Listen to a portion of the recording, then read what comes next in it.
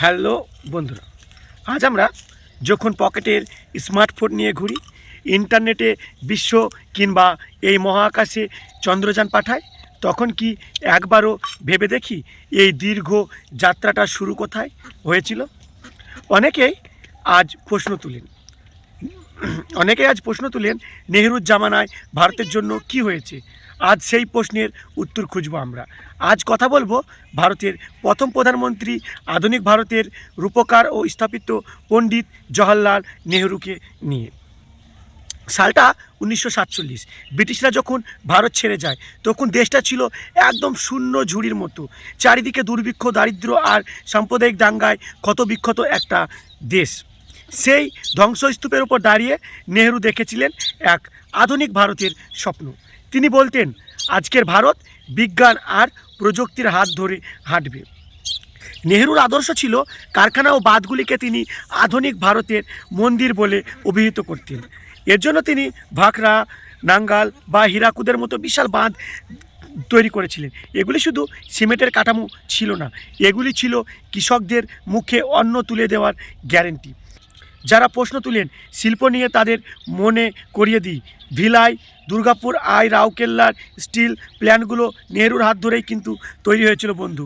যদি সেই সময় এই ভারী শিল্পগুলির ভিত্তি তৈরি না হতো, তবে আজকের মেকিং ইন্ডিয়া কেবল স্লোগানই থেকে যেত। আজ আমাদের ঘরের ছেলেরা বিশ্বজুড়ে গুগল, মাইক্রোসফটের বড় বড় পদে বসে আছে। এর পেছনে কার অবদান জানেন? ধরতে হয় নেহরু। 1951 সালে খড়গপুরের প্রথম আইআইটি তৈরি করেছিলেন। তিনি বুঝেছিলেন একটা দেশ কেবল ভাষণ দিয়ে এগিয়ে যায় না, তার জন্য প্রয়োজন কারিগরি শিক্ষা। তিনি এমসের মতো বিশাল বিশ্বমানের হাসপাতাল ও আইআইএমের মতো ম্যানেজমেন্ট প্রতিষ্ঠা করেছিলেন। এগুলি সব নেহরুর যুগের ফসল। আজকের আমাদের ডিজিটাল ইন্ডিয়ার যে মেধা আর দেখছি, তার বীজ বপন করেছিলেন সেই 70 বছর আগে পণ্ডিত নেহরু। ভাবুন তো, যে দেশ তখন সাইকেল ঠিকমতো তৈরি হতো না, সেই দেশে নেহরু মহাকাশ গবেষণার জন্য 1962 সালে ইসরো, আজকের যে ইসরো, সেটা তৈরি করেছিলেন। তিনি জানতেন ভারত যদি বিজ্ঞানে না জিতে, তবে স্বাধীনতার কোনো মূল্য নেই। হোমিও জাহাঙ্গীর ভাবাকে সাথে নিয়ে তিনি যে পরমাণু শক্তি কমিশন তৈরি করেছিলেন, তা আজ ভারতে পরমাণু শক্তিধর রাষ্ট্র বানিয়েছে। বর্তমানে অনেকেই প্রশ্ন করে যে নেহরু কি করেছে। তাদের উদ্দেশ্যে বলি, নেহরু ভারতকে একটি শক্তিশালী গণতন্ত্র দিয়েছিল। পাকিস্তানে যখন বারবার সেনা শাসন এসেছে, নেহরু তখন ভারতে সুস্থ নির্বাচনের পরিবেশ গড়ে তুলেছে।